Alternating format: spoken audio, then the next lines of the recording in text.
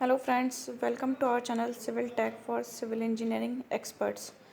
जो भी students SSC JEN exam की तैयारी कर रहे हैं उनके लिए वीडियो बहुत ही हेल्पफुल होने वाली है।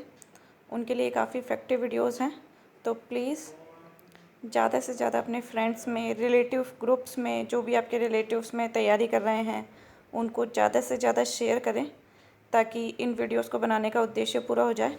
प्लीज़ प्लीज़ प्लीज़ ज़्यादा से ज़्यादा शेयर एंड सब्सक्राइब करें, और जितने ज़्यादा लाइक आएंगे या जितने ज़्यादा व्यूज़ आएंगे तो हमें भी मोटिवेशन मिलेगा और हम ज़्यादा अच्छे से कंटेंट के साथ वीडियोस लेकर के आएंगे।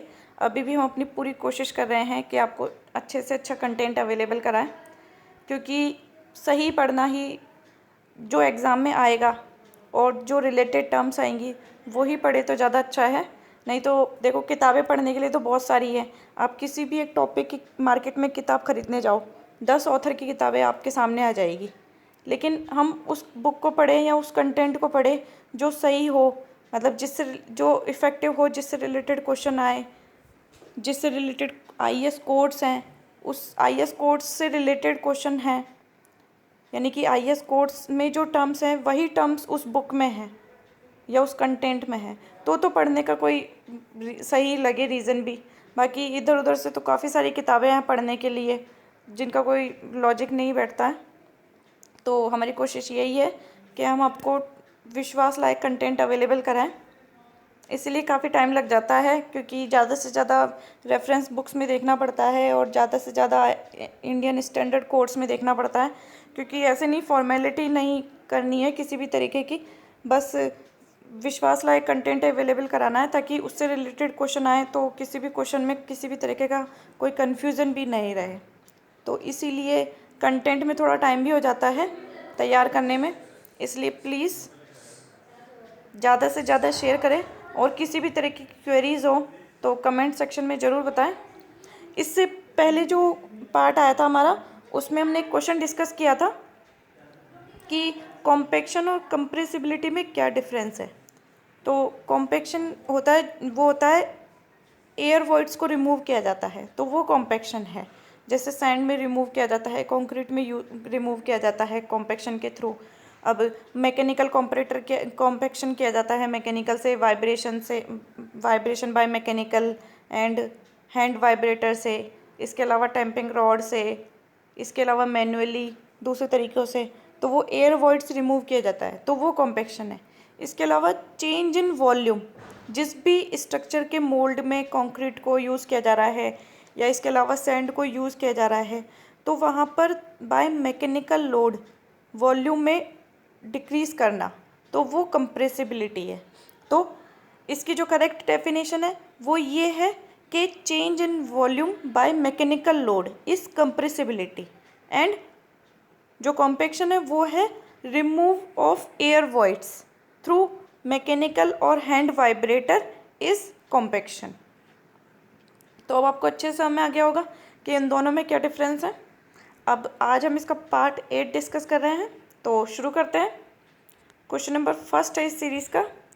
The cement is a little whose strength lower than the ordinary cement during the first 3 months but attains after the same strength is known as. मतलब ऐसी कौन सी सीमेंट है जिसकी फर्स्ट 3 month में तो ऑर्डिनरी पोर्टलैंड सीमेंट की तुलना में कम स्ट्रेंथ होती है, और उसके अलावा जो लेटर ऑन स्ट्रेंथ होती है वो ऑर्डिनरी सीमेंट के ही बराबर होती है। तो इसमें से ऑप्शंस हैं।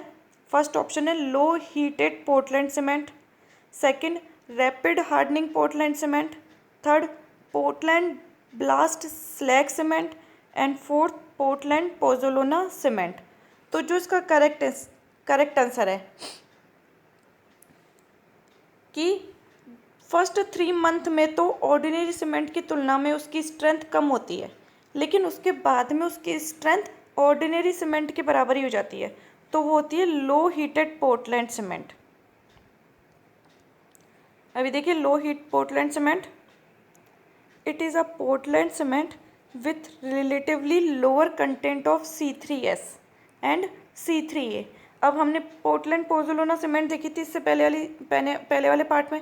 तो C3S और C3A, C3A तो उसके लिए सेटिंग के लिए रिस्पॉन्सिबल और C3S उसकी इनिशियल स्ट्रेंथ के लिए रिस्पॉन्सिबल।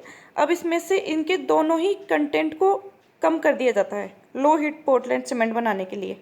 तो ये दोनों कंटेंट कम हो गए तो उसकी क्या सेटिंग टाइम भी उसका बढ़ गया, और इसके अलावा उसकी मतलब उसकी स्ट्रेंथ भी, स्टार्टिंग स्ट्रेंथ भी कम हो गई, and more content of C2S। अब पोर्टलैंड पोज़ोलाना सीमेंट के अंदर C2S कंटेंट जो होता है वो उसकी लेटर ऑन स्ट्रेंथ के लिए रिस्पॉन्सिबल होता है। अब C2S का कंटेंट और बढ़ा दिया तो उसकी लेटर वाली स्ट्रेंथ ज़्यादा हो जाएगी। तो लो हीट पोर्टलैंड सीमेंट में क्या होता है कि लोअर कंटेंट तो होता है C3S का, C3A का, और ज़्यादा कंटेंट होता है C2S का। वही लो हीट पोर्टलैंड सीमेंट है। और इसे कहाँ यूज़ किया जाता है? This is desirable in mass concreting. Low heat cement is suitable for large structure. Low heat cement is helpful in preventing shrinkage as high temperature पे श्रिंकेज के लिए ये सही रहती है। The cement possesses less compressive strength, having initial setting time not less than 1 hour and final setting time not more than 10 hours. इसके अलावा इसकी कुछ और कैरेक्टरिस्टिक्स है।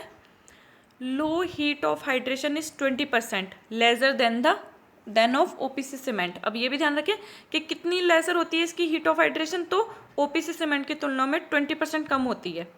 The amount of required for hydration is low. High workability is obtained as the concrete is fluidity in nature.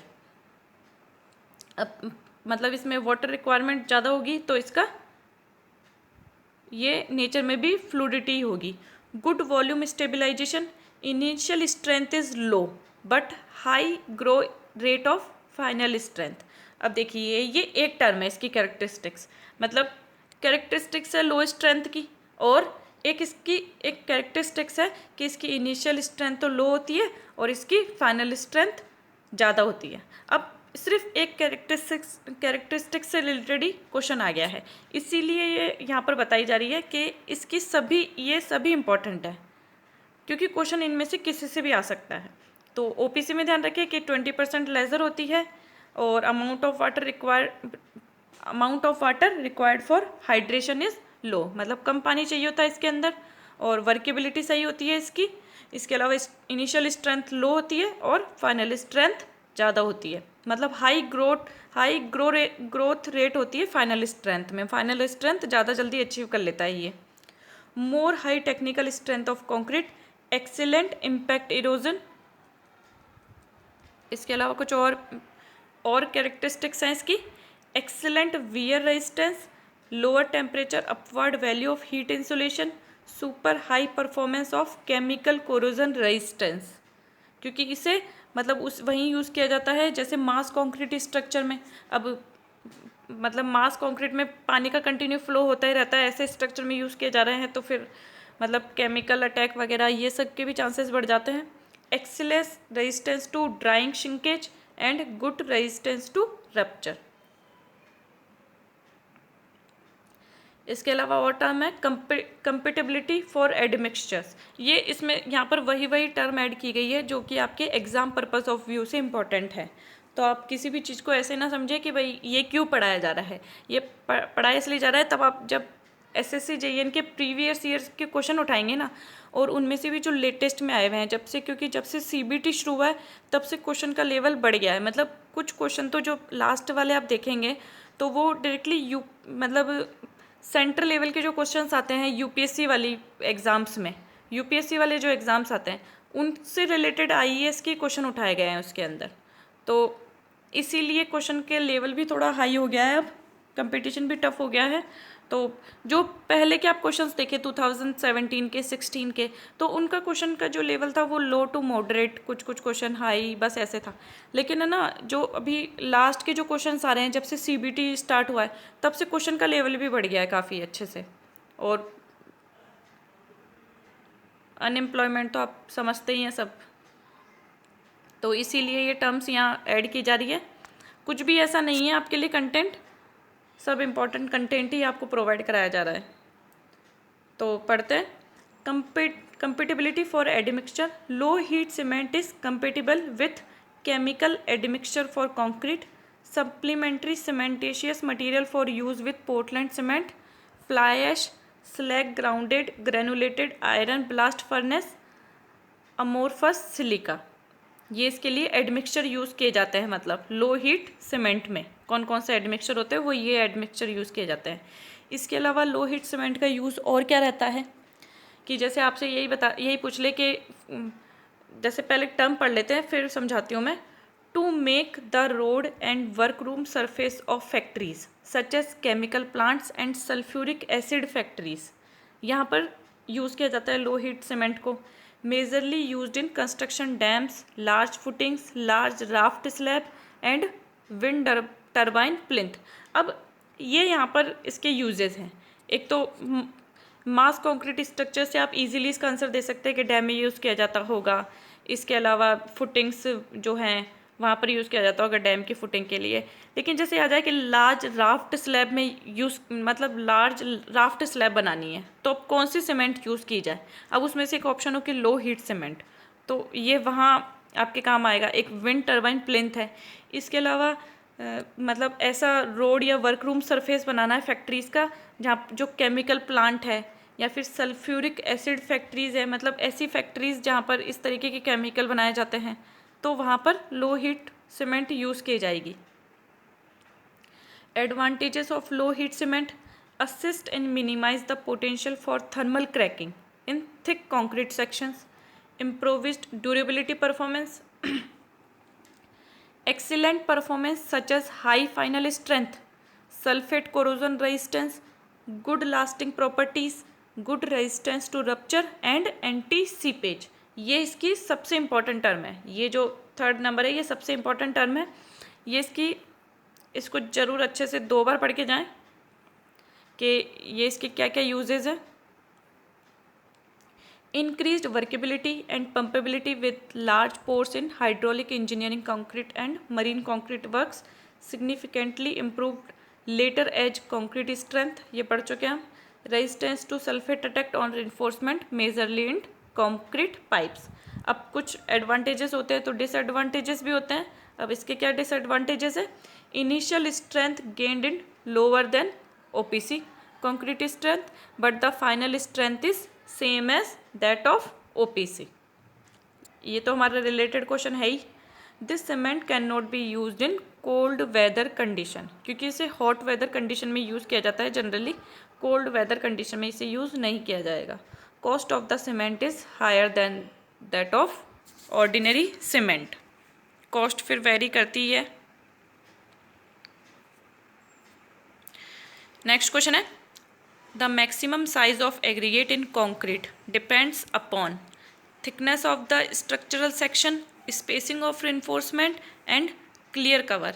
तो इस and fourth all options are correct। अब हमें किस साइज़ का एग्रीगेट यूज़ करना है, ये इसके तीनों ही इफेक्ट करते हैं। इसके रिस्पॉन्सिबल है पॉइंट सेक्शन पर जरूर रिस्पॉन्सिबल होता है, उसकी कितना थिकनेस है, स्पेसिंग रिइंफोर्समेंट में कितनी यूज़ की जा रही है, उसका क्लियर कवर कितना यूज़ किया जा रहा है।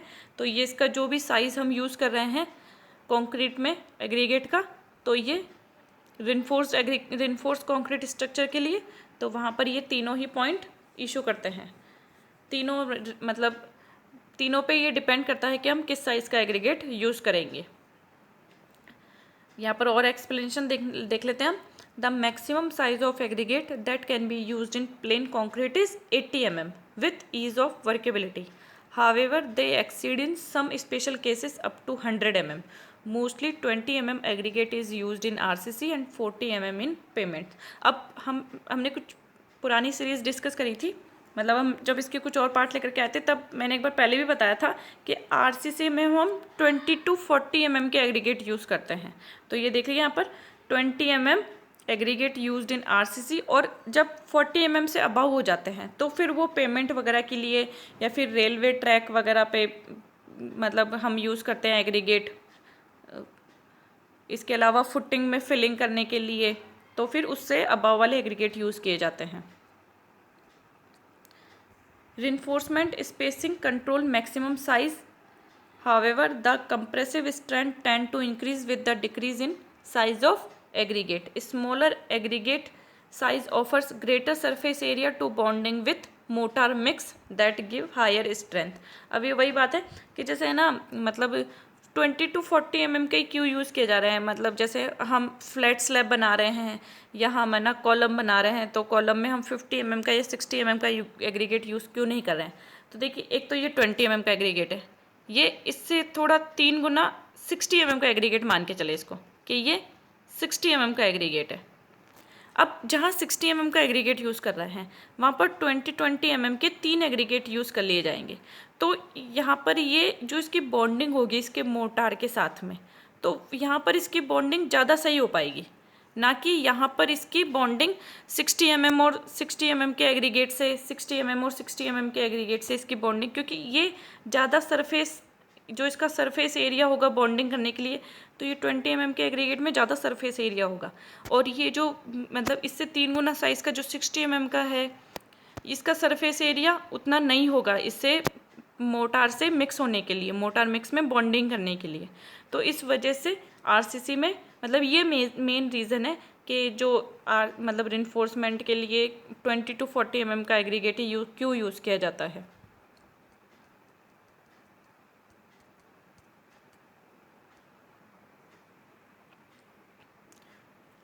तो आई होप आप अच्छे से समझ गए होंगे। आगे बढ़ते हैं। आपको किसी भी तरीके का इशू हो किसी भी टॉपिक से रिलेटेड या किसी टर्म से रिलेटेड, तो आप कमेंट सेक्शन में ज़रूर बताएं। आपके सभी तरीके के इश्यूज़ हैं वो सॉल्व किए जाएंगे। आप क्वेश्चन करेंगे तो मुझे भी अच्छा लगेगा कि हाँ, मतलब मैं मेहनत कर रही हूँ तो पढ़ रहे हैं, और मतलब उनके माइंड में भी जो पढ़ रहे हैं उनके माइंड में भी क्वेश्चन आ रहे हैं कि ये चीज़ हुई है तो ये कैसे हुई है या किस तरीके से हुई है। तो प्लीज़ ज़रूर कमेंट करें।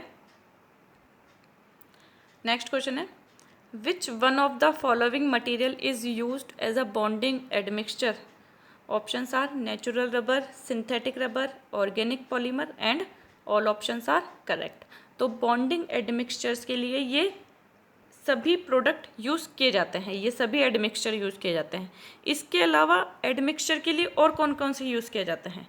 अब इनको एडमिक्सचर को क्या क्या बोला जाता है, इनको कंक्रीट एडमिक्सचर भी बोला जाता है, मोटार एडमिक्सचर भी बोल सकते हैं, बॉन्डिंग एजेंट भी बोल सकते हैं, प्लास्टिसाइजर प्रोडक्ट होते हैं ये, लाइक एथरेक्स मतलब है ना, जैसे ये एग्जांपल ही आ जाए आपके पास, integral water player, neutral plastered, SBR latex, themes weld are widely used by waterproofing construction. Waterproofing constructions में इन वाले मोटर को, इन वाले एडमिक्सचर को यूज़ किया जाता है। प्लास्टिसाइजर्स और water reducers and super plasticizer और हाई रेंज वाटर रिड्यूसर्स, मतलब जहाँ पर मतलब हमें यूज़ करना है कि हम वाटर को तो रिड्यूस कर दें और हमारे एडमिक्सचर को काम में ले लें ताकि मतलब वो वाटर के इक्विवेलेंट रोल प्ले करे, are chemical admixture that can be added to concrete mixture to improve workability. तो ये इसमें टर्म है।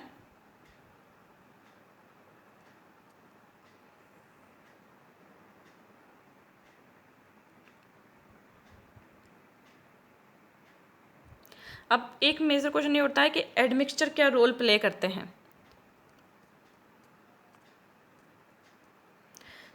ये भी क्वेश्चन आ जाता है कि एडमिक्सचर क्या रोल प्ले करते हैं, तो आप ऑप्शन आ जाए, जैसे ये ऑप्शन आए, the most often used admixture are air entertaining agents, water reducers, water reducing retardants and accelerators. Admixtures are used to give special properties to fresh or hardened concrete. Admixture may enhance the durability, workability or strength characteristics of a given concrete mixture. Admixture ये role play करते हैं इसमें accelerator और रिटार्डर्स के रूप में।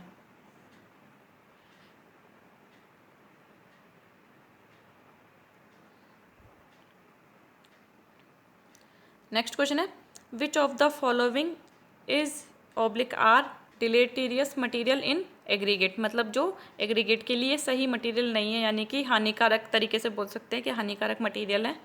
Options are coal, clay lumps, soft fragments and all options are correct.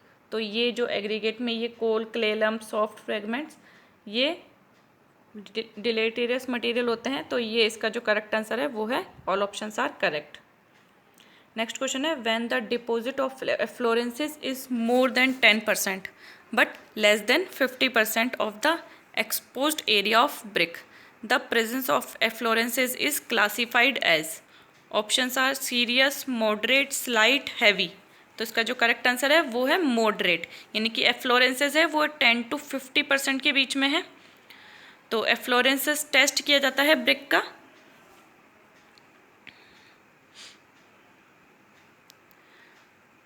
तो यहाँ एफ्लोरेंसेस टेस्ट को पढ़ लेते हैं हम। The presence of alkalis in brick, alkalis, the presence of alkalis, alkalis की कितनी मात्रा प्रेजेंट है, इज हार्मफुल।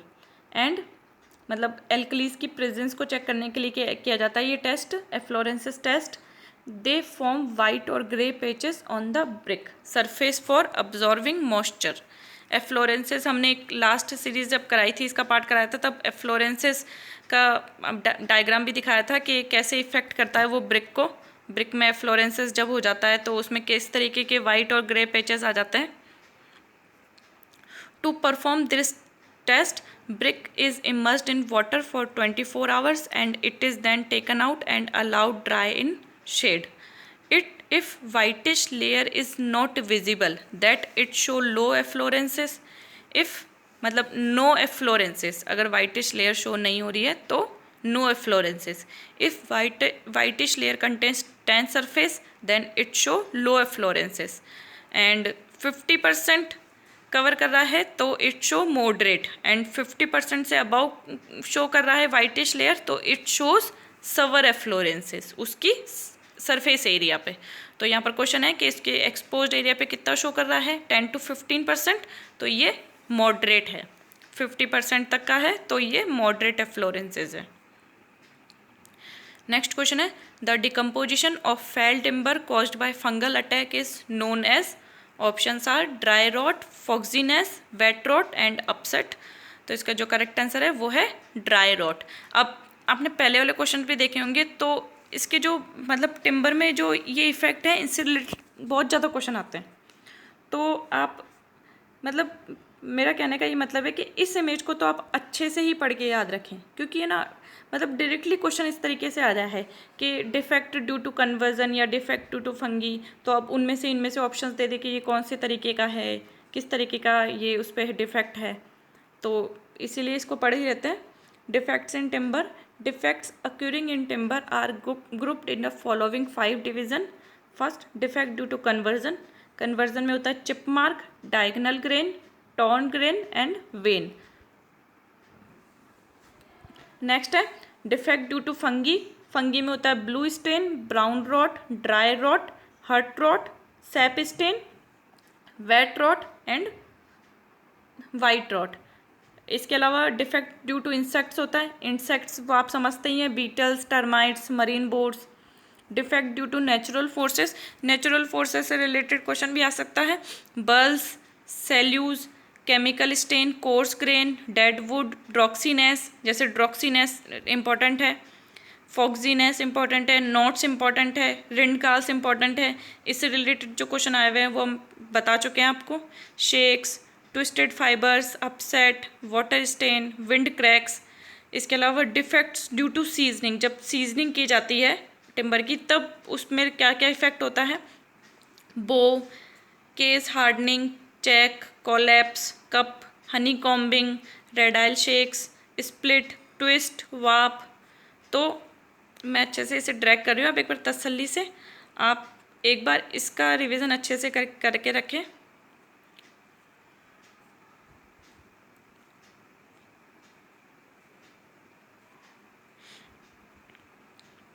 चलिए आप पढ़ लीजिएगा, आगे बढ़ते हैं।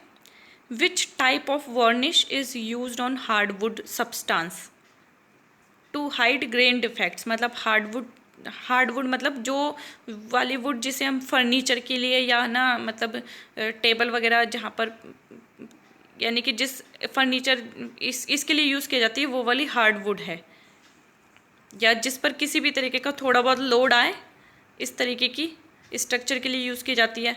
तो उन वहाँ पर किस तरीके की वार्निश उस पर की जाती है उसके ग्रेन्स इफेक्ट को हाइड करने के लिए। ऑप्शंस हैं wax polish, French polish, asphalt varnish and fourth flat varnish. तो इसमें जो करेक्ट आंसर है वो है फ्रेंच पॉलिश। अब यहाँ देखिए आप,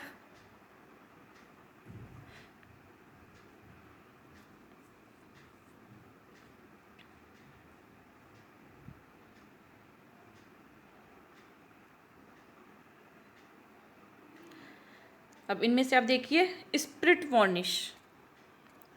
The methylated spirit are used as solvent in this type of varnish. The resins are of soft variety such as lac, shellac.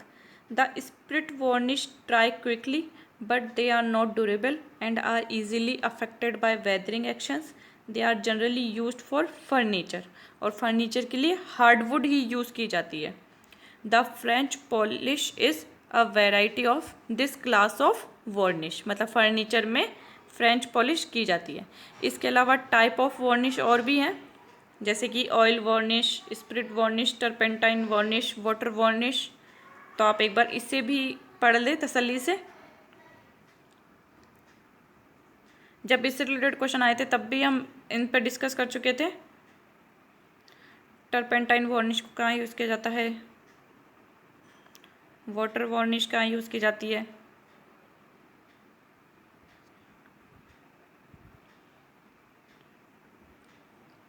चलिए काम कर लेते हैं, फटाफट से रीडिंग कर ही लेते हैं। Oil varnish. The linseed oil is used as solvent. इसमें लिंसिड ऑयल यूज़ किया जाता है। The hard resins such as amber and copal are dissolved in linseed oil. The oil varnish dry slowly but they form hard and durable surface. These are the hardest and the most suitable varnish. They are specially adopted for exposed work which required frequent cleaning. They are used on coaches or fitting in house. Turpentine varnish. The turpentine is used as solvent in this type of varnish. The resins adopted are of soft variety such as gum dammer, mastic and rosins. These varnish dry quickly and possess light colors. They are not durable and tough as oil varnish.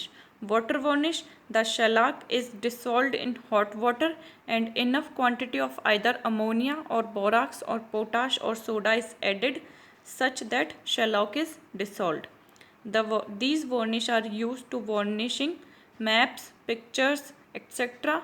They are also used for internal works and as a covering for wallpaper. चलिए next question. Which of the following is not a grade of cement according to the classification of ordinary Portland cement by bureau of Indian standard. Options are grade 43, grade 33, grade 63 and grade 53। अब IS standard के according इनमें से कौन सी OPC की grade नहीं है, तो वो है ग्रेड 63 नहीं है। Bureau of Indian standard BIS has classified OPC into 3 different grades, namely OPC 33, OPC 43 and OPC 53 grade cement. Next question, identify the name of the shape of brick shown in the given figure. अभी जो figure है ये किस type के brick है, queen closure है, king closure है, can't है, बुल नोज्ड है। तो इसका जो करेक्ट आंसर है वो है कांट। ये कांट ब्रिक है। आप देखिए यहाँ इमेज, ये देखिए वो जो इमेज है वो ये है, इसमें कांट है ये देखिए, ये इस तरीके से इसकी ये लेंथ है, इस तरफ इसके विड्थ वाले पोर्शन में से इसको कट किया हुआ है और इसको ज़्यादा सेंटर तक भी कट नहीं किया हुआ, बस थोड़ा सा ही कट किया हुआ है टेपर पोर्शन में। तो ये कांट है इसमें। ये देखिए आप, ये सिंगल कांट है। अब ये एक साइड कर दे एक सरफेस पे टेपर पोर्शन में तो ये सिंगल कांट है, और इसी तरीके से इसको डबल पोर्शन में कर दे तो ये डबल कांट है। ये सॉलिड है, ये एक्सटर्नल एंगल है, मतलब इसको एंगल पे ये देखिए यहाँ पर एक एक्सटर्नल एंगल क्रिएट हो रहा है। यहाँ पर सॉलिड बुल नोज़ है ये इस तरीके से राउंडेड शेप में, और ये यहाँ पर डबल बुल नोज़ है, मतलब ये डबल राउंड है, यहाँ पर सिंगल बुल नोज़ है। इसके अलावा ये स्नैप्ड हेडर है, अगर इस तरीके से ब्रिक को कट किया जाता है तो ये स्नैप्ड हेडर है, इस तरीके से किया जाता है तो ये क्वीन क्लोज़र है, ये किंग क्लोज़र है, ये बेवेल्ड क्लोज़र है, ये बेवेल्ड बैट है, ये क्वार्टर बैट है। अब quarter bat, three quarter bat, three quarter bat और bevelled bat, large bevelled bat, इनसे रिलेटेड भी क्वेश्चन आ जाए कि आपको इनमें से कोई एक इमेज दे दे। अब आप देखिए जैसे क्वीन क्लोजर तो आप काफ़ी बार पढ़ चुके हैं, ये समझ जाएंगे, किंग क्लोजर समझ जाएंगे। आपको जैसे ऑप्शन ये दे दे कि एक तो दे दे ये ऑप्शन और एक दे दे ये वाला डायग्राम। अब इनमें से आप बता दें कि ये बेवेल्ड क्लोजर है या बेवेल्ड बेल्ट है, बेवेल्ड बैट है। तो ये देखिए आप इस तरीके से इसमें कट कर रहा है, तो इसका जो एंगल है वो मतलब इसके एंगल पे डिपेंड करता है कि ये कितना एंगल कट कर रहा है और ये यहाँ पर कितना एंगल कट कर रहा है। तो ये जो क्वेश्चन है इनमें आप इसकी डायग्राम को अच्छे से याद रखें, डायग्राम आप अच्छे से याद रखेंगे तो आप अच्छे से समझ पाएंगे। अब एक मेजर क्वेश्चन ये भी उठता है कि इनको यूज़ क्या किया जाता है, जैसे ये कांट है, अब इसको ही कहाँ यूज़ किया जाता है। तो ये देखिए इस तरीके की जो ब्रिक मैसनरी होती है, ये इस तरीके की जो ब्रिक मैसनरी होती है, अब आप यहाँ देखेंगे तो ये यहाँ पर जो यूज़ की जा रही है ये जैसे यूज़ की गई है। अब ये सिंगल कांट है, यहाँ पर ये इस तरीके से टेप प्रोपोर्शन किया गया है इसको शेप देने के लिए, तो ये सिंगल कांट है। और ये यहाँ पर इसके नीचे देखिए, तो आप मान लेते हैं जैसे इसको इस तरफ से भी किया गया है, इस तरफ से भी किया गया है और इस तरफ से भी किया गया है, तो ये डबल कांट है। अगर अब अगर इसको राउंडेड शेप दिया जाता है, इस जगह इसको राउंडेड शेप दिया जाता तो ये बुलनोज हो जाती, और अगर ये दोनों तरफ किया जाता है तो ये डबल बुलनोज हो जाती। तो इस तरीके के जो स्ट्रक्चर होते हैं मतलब ब्रिक मैसनरी में, तो वहाँ पर इन स्ट्रक्चर में इस तरीके के शेप्स को यूज़ करने के लिए इनको इस तरीके का साइज़ दिया जाता है। तो एक बार अच्छे से देख लिया आप इमेज को, external angle, solid bullnose, double bullnose, single cant, double cant, queen closer, king closer, bevelled closer, bevelled bat, quarter bat, three quarter bat. अब आप देखिए जैसे ये है क्वार्टर बैट, अब आप ये समझ जाएंगे कि बिल्कुल जो ईट है उसको बिल्कुल चौथाई कर दिया तो ये हो गई, ये थ्री क्वार्टर हो गया। अब ये इसको बिल्कुल हाफ कर दिया, यहाँ पे बिल्कुल हाफ कर दिया। अब इनमें से आप इसको आपको ये बोल दे कि ये हाफ बैट, तो अब ये हाफ बैट ना हो कि ये स्नैप हेडर। ये इस तरीके के डिफरेंसेस आपको याद रखना है। आप इनको ऐसे डिफरेंसेस करके जितना अच्छे से याद रखेंगे ना उतना माइंड में क्लिक अच्छे से रहेगा। नेक्स्ट क्वेश्चन है, match the apparatus for conduct of test in list 1 with the property of cement in list 2। List 1 है, यहाँ पर टेस्ट दिए हुए हैं, लिस्ट 2 है, यहाँ पर मतलब यहाँ पर कौन से अपैरेटस यूज़ किए गए हैं लिस्ट 1 में तो ये बताया गया है, और लिस्ट 2 में उनको क्या टेस्ट किया जाता है। अब जैसे विकास अपैरेटस यूज़ किया जाता है तो विकास अपैरेटस यूज़ किया जाता है उसके सेटिंग टाइम के लिए। विकाट अपैरेटस यूज़ करते हैं हम सेटिंग टाइम के लिए, कंसिस्टेंसी चेक करते हैं, उसके बाद में उसका सेटिंग टाइम चेक करते हैं। लेचाथलियर अपैरेटस यूज़ किया जाता है तो वो यूज़ किया जाता है उसके साउंडनेस के लिए। इसके अलावा ब्रिकेट टेस्ट यूज़ किया जाता है तो वो यूज़ किया जाता है सीमेंट की टेंसाइल स्ट्रेंथ चेक करने के लिए। और एयर परमेबिलिटी टेस्ट किया जाता है तो वो किया जाता है फाइनेस टेस्ट चेक करने के लिए। तो इसमें से इस वजह से इसका ऑप्शन 3 इसका करेक्ट है। अब इनमें से विकाट्स अपैरेटस को आपने देखा हुआ होगा, लेचाथलियर अपैरेटस को भी आपने देखा हुआ होगा, और हम इससे रिलेटेड इमेज भी हमने पहले ऐड की हुई है। अब इसमें हम एक ही दिखाते हैं ब्रिकेट टेस्ट। तो अभी देखिए ये ब्रिकेट टेस्ट है, टेंसाइल टेस्ट किया जाता है मतलब सीमेंट का, तो ये ब्रिकेट होता है।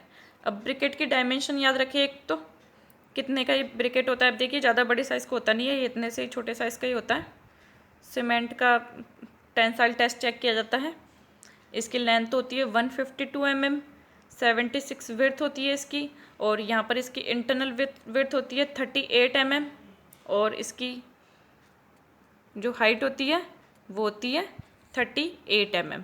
अब ये मोल्ड होता है, इसमें सीमेंट पेस्ट को करेक्ट प्रोपोर्शन के साथ, मतलब पानी और सीमेंट का करेक्ट प्रोपोर्शन के साथ फिल किया जाता है।